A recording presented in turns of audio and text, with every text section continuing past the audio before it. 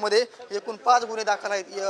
3 गुन्हे हे पोलिसांकडून दाखल करण्यात आलेले तर 2 गुन्हे हे वन विभागाकडून दाखल करण्यात आलेले आहेत। विशेष म्हणजे सतीश उर्फ खोक्या भोसलेला शिरूर पोलीस ठाण्यात आता आणण्यात आलेला आहे। मोठी बातमी म्हणावी लागेल या ठिकाणची। गेल्या 7 दिवसांपासून सतीश उर्फ खोक्या भोसले हा फरार होता। त्याच्यानंतर त्याला आज दाखल करण्यात आलेली एक मोठी बातमी म्हणावी लागेल या ठिकाणची।